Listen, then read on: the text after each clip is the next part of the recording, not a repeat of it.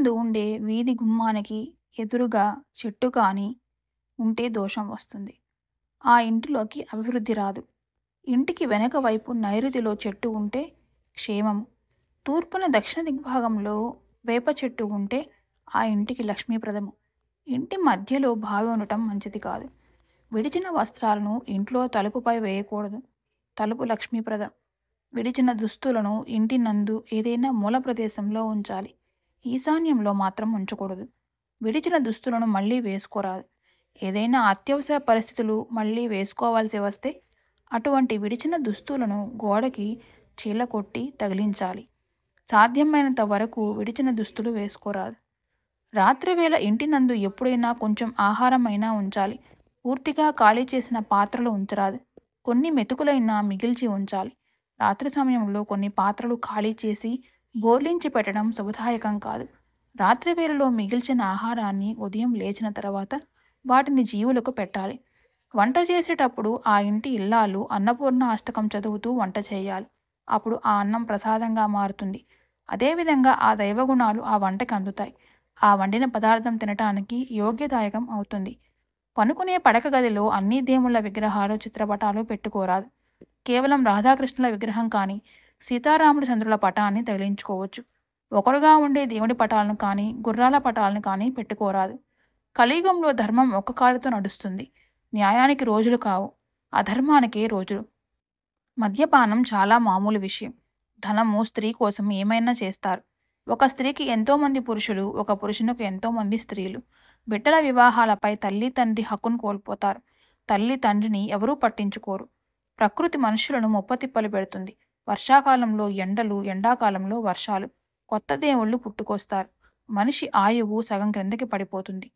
ప్రతి తిథిలో ప్రయాణం చేస్తే వచ్చే ఫలితాలు. శుక్ల పాడ్యమి దుఃఖకర సంఘటనలు సంభవించవచ్చు. విధియ కార్యసిద్ధి జరుగుతుంది. తదియ సకల కార్యాల్లో విజయం లభిస్తుంది. చవితి ఆపదలు ఇబ్బందులు వచ్చే అవకాశం ఉంటుంది. పంచమి శుభదాయకమైన రోజు, ప్రయాణానికి అనుకూలం. షష్ఠి వైరాలు విభేదాలు కలగవచ్చు. సప్తమి అతిథి మర్యాదలు, సంతోషకరమైన అనుభవాలు. అష్టమి అష్టకష్టాలు, అనేక అడ్డంకులు. నవమి నష్టాలు, బాధలు కలగవచ్చు. దశమి ధనలాభం, వ్యాపార ప్రయోజనం కలుగుతుంది. ఏకాదశి కన్యాలాభం వంటి సౌఖ్యం, మంచి శుభప్రదమైన రోజు. ద్వాదశి మహా నష్టాలు, ప్రయాణానికి అనుకూలం కాదు. త్రయోదశి శుభకార్యాలకు అనుకూలమైన రోజు. చతుర్దశి ఏ పని పూర్తి కాకపోవచ్చు. పూర్ణిమ పనులు జరిగినట్టు అనిపిస్తాయి కానీ పూర్తి కావు. అమావాస్య మహా ఆపదలు సంభవించే అవకాశం ఉంది. బహుళ చతుర్థి బలమైన నష్టాలను కలిగించే తిథి. పూర్వకాలంలో తుఫాన్లు గమనించే ప్రకృతి సంకేతాలు. తేనెటీగలు తేనె పట్టులో ఉండగా బయటికి వచ్చి మిడిచేస్తూ ఉంటాయి. పావురాలు గమ్యం లేకుండా ఒకే చోట తిరుగుతూ అనిశ్చితంగా అరుస్తూ ఉంటాయి. కుక్కలు చెవులు ఎత్తి భయంగా తుఫాను వచ్చే దిశ వైపు చూస్తూ ఉంటాయి. అడవి ఏనుగులు గుంపులుగా ఒక్కసారిగా పరుగులు తీయడం ప్రారంభిస్తాయి. జంతువులు సాధారణంగా ఆహారాని కోసం బయటికి వచ్చి కొన్ని జంతువులు లోపలే ఉండిపోతాయి. ఆవులు మేకలు సాధారణంగా కాకుండా విచిత్రంగా గంభీరంగా అరుస్తూ వర్షపు రాకను పసిగడతాయి. పక్షులు తమ గూళ్లలో నుంచి తప్పుడు సమయాల్లో బయటికి వచ్చి అల్లరిగా ప్రవర్తిస్తాయి. గాలుల దిశ మార్పు, శూన్యంగా ఉండే గాలి ఒక్కసారిగా ఎగిరే ధ్వని చేస్తూ మారుతుంది. మేఘాల కదలిక, ఆకాశంలో మేఘాలు అకస్మాత్తుగా కృష్ణవర్ణంగా మారి వేగంగా కదులుతాయి. బ్రహ్మముహూర్తం శుభకాలం యొక్క మహిమ. బ్రహ్మముహూర్తం అంటే సూర్యోదయానికి ముందు ఉండే 4-5 మధ్య సమయం. ఆ సమయంలో వీచే గాలి హీరవాయువు అని ఋషులు పిలిచారు. అది అమృతంతో సమానమైంది. ఈ ముహూర్తంలో లేవడం వల్ల బుద్ధి వికసిస్తుంది, మనస్సు ప్రశాంతంగా మారుతుంది, ఆయుష్ పెరుగుతుంది, శరీర ఆరోగ్యం మెరుగవుతుంది. ఆ సమయాన్ని ధ్యానం, పఠనం, స్తోత్రాలు, సాధనలకు ఉపయోగిస్తే మంచి ఫలితాలు లభిస్తాయి. బ్రహ్మముహూర్తంలో చేపట్టిన ఏ పని అయినా విజయవంతం అవుతుంది. ఈ సమయంలో ప్రకృతిలో పాజిటివ్ ఎనర్జీ అత్యధికంగా ఉంటుంది. ఇది ఋషులు, యోగులు ధ్యానానికి, తపస్సుకు ఎన్నుకుంటూ వచ్చిన పవిత్ర కాలం.